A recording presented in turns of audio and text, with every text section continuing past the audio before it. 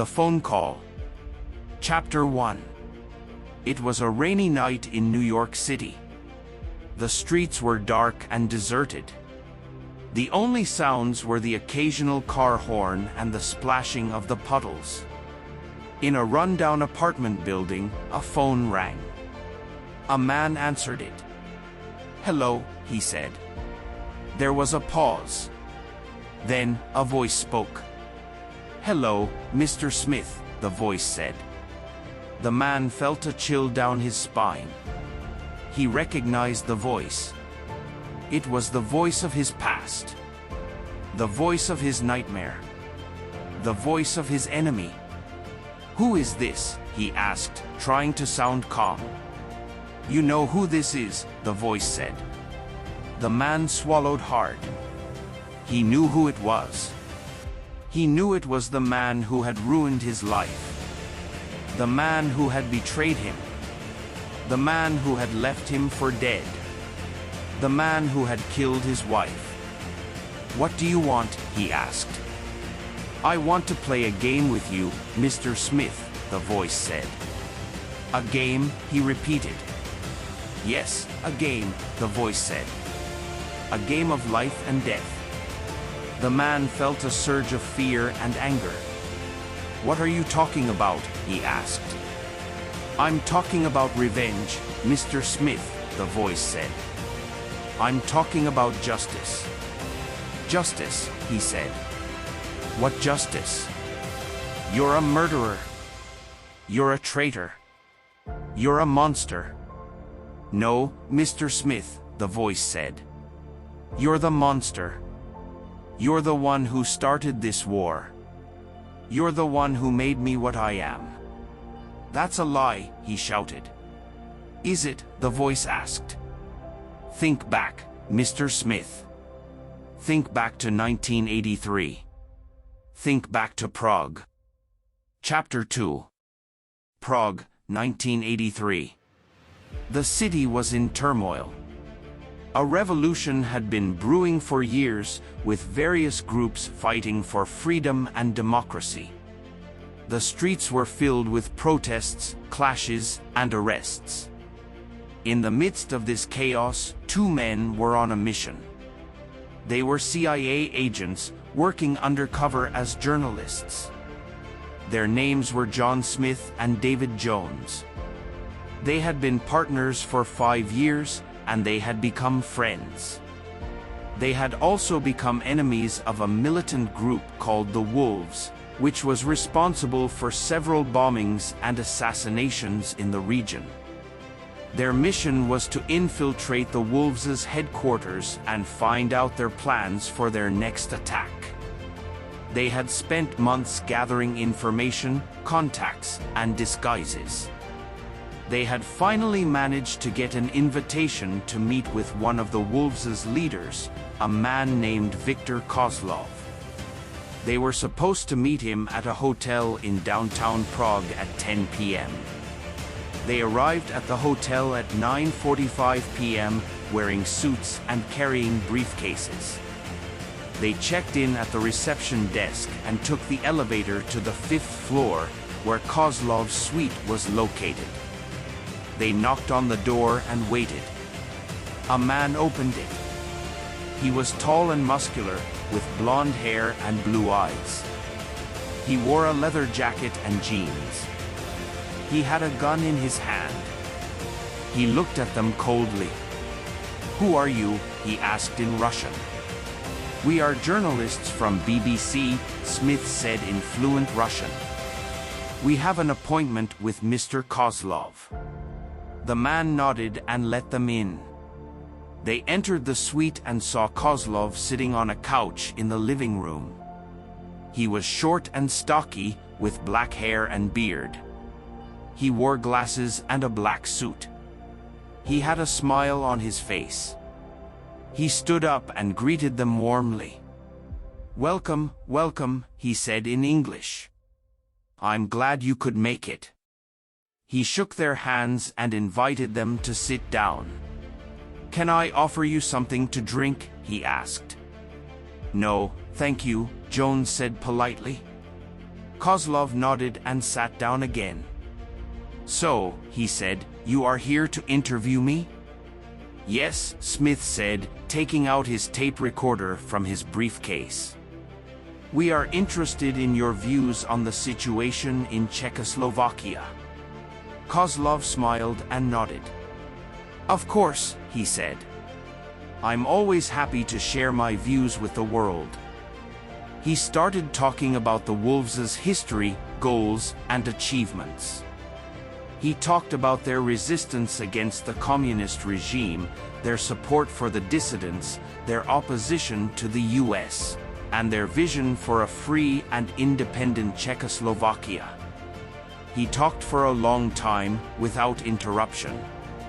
Smith and Jones pretended to listen and take notes. They waited for the right moment to strike. They had a plan. They had a bomb. They had hidden it in their briefcase, along with a remote detonator. They had planned to set it off when Kozlov was close enough to the briefcase, and then escape from the hotel. They had planned to kill Kozlov and end the Wolves' reign of terror. They had planned to be heroes. But their plan went wrong. Chapter 3. Something happened that they didn't expect. Something that changed everything. Something that betrayed them. Smith betrayed them. He was a double agent. He had been working for the Wolves all along. He had infiltrated the CIA and befriended Jones. He had fed them false information and led them into a trap. He had planned to kill Jones and Kozlov and end the CIA's interference in Czechoslovakia. He had planned to be a hero. But his plan went wrong too. Jones noticed something odd. He noticed that Smith was sweating and nervous. He noticed that Smith kept looking at his watch. He noticed that Smith was moving closer to the briefcase. He realized what was going on. He realized that Smith was a traitor. He realized that Smith was going to blow them up. He reacted quickly. He grabbed the briefcase and threw it at Smith. He tackled him and pinned him down. He shouted at Kozlov to run. Kozlov was confused. He didn't understand what was happening. He didn't know who to trust. He hesitated for a second.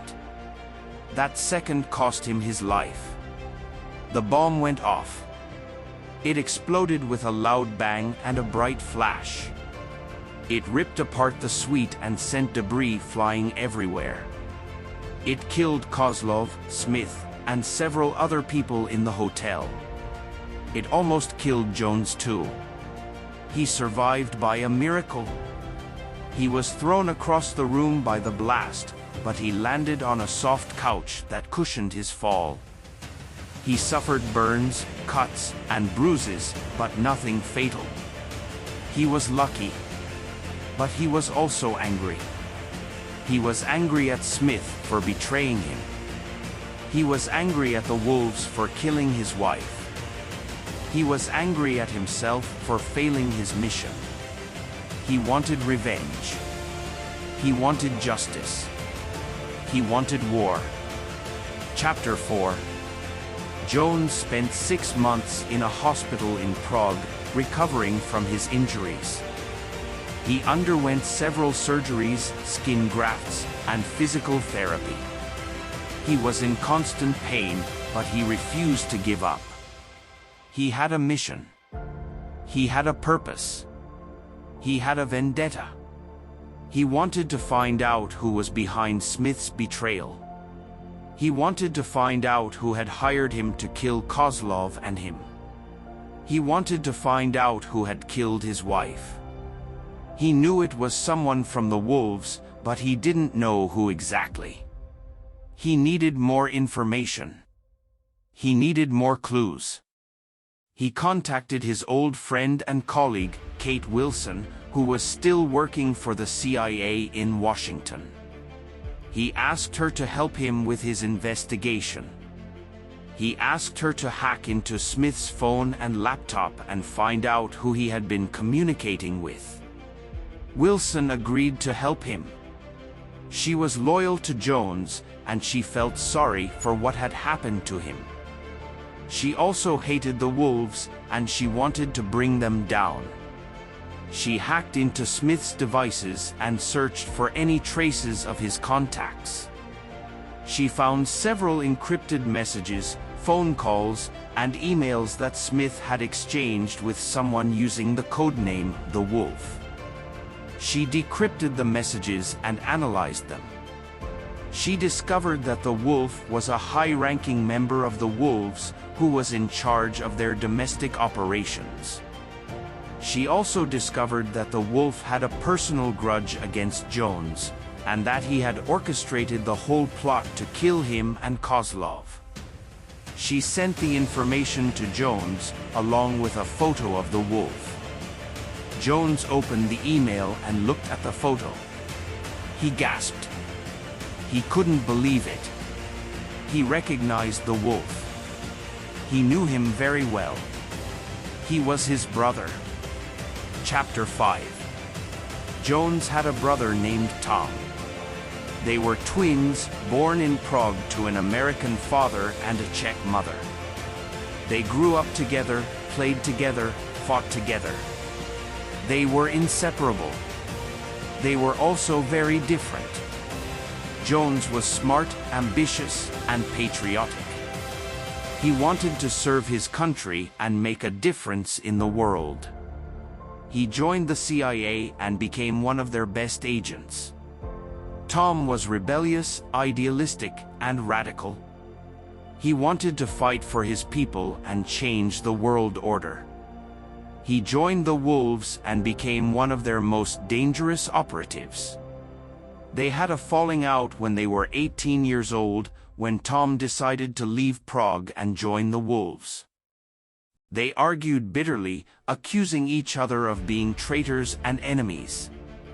They never spoke again. They never knew what each other was doing. They never knew they were on opposite sides of a war. Until now. Jones stared at the photo of the Wolf, his brother Tom. He felt a mix of emotions: shock, anger, sadness, betrayal. He wondered how Tom could do this to him. How he could kill his wife. How he could try to kill him. He wondered if Tom knew he was alive. If he knew he was coming for him. He wondered if he still loved him. He picked up his phone and dialed a number. "Hello?" Wilson answered. "Kate," Jones said. "I need your help." "Sure," Wilson said. "What do you need?" "I need you to book me a flight to Prague," Jones said. "Prague?" Wilson repeated. "Are you sure?" "Yes," Jones said. "I'm sure." "Okay," Wilson said. "But why? What are you going to do there?" "I'm going to finish this," Jones said. "I'm going to kill the Wolf." Chapter 6. Jones arrived in Prague 2 days later. He checked into a cheap hotel near the airport and waited for Wilson's call. Wilson had been busy tracking down the Wolf's location using satellite imagery, phone records, and informants. She had finally found him in a warehouse in the outskirts of Prague, where the Wolves had a secret base. She called Jones and gave him the address. "Are you ready?" she asked. "Yes," Jones said. "Be careful," Wilson said. "It's dangerous." "I know," Jones said. "Good luck," Wilson said. "Thanks," Jones said. He hung up the phone and grabbed his gun. He took a taxi to the warehouse and paid the driver extra to wait for him outside. He got out of the car and walked towards the building. It was a large, metal structure with no windows and a steel door on the front. It looked like a fortress. Jones checked his gun and loaded it with bullets. He put on a silencer and a pair of gloves. He took a deep breath and kicked the door open. He entered the warehouse and shot the first guard he saw in the head. He moved quickly and quietly, shooting anyone who got in his way. He reached the back of the warehouse, where the wolf's office was located. He found the wolf's door and kicked it open. He saw the wolf sitting on a desk, typing on a laptop. He looked up and saw Jones. He smiled. "Hello, brother," he said. Jones pointed his gun at him and pulled the trigger. Nothing happened. He pulled the trigger again. Still nothing. He looked at his gun and realized it was empty. He had been set up. He looked at the wolf and saw him holding a remote control. He pressed a button. The warehouse exploded. Chapter 7. The explosion was loud and bright. It ripped apart the warehouse and sent it flying into the air. It shattered the windows and tore off the roof. It ignited the fuel and set everything on fire. It killed Jones and the wolf instantly. They never saw it coming. They never knew why. They never knew that they were targets of a hitman who had been hired by Kozlov's son, who had survived the bombing and sworn revenge. They never knew that they had been tracked down by a GPS device hidden in Jones's phone. They never knew that they had been betrayed by Wilson, who was not a friend, but a spy who had infiltrated the CIA and befriended Jones. She had fed them false information and led them into a trap. She had planned to kill Jones and the wolf and end the CIA's and the wolves' interference in Czechoslovakia. She had planned to be a hero. But her plan went wrong too. Wilson was watching the explosion from a safe distance, smiling. She had just completed her mission. She had just killed 2 of her enemies. She had just avenged her father's death. Her father, Viktor Kozlov.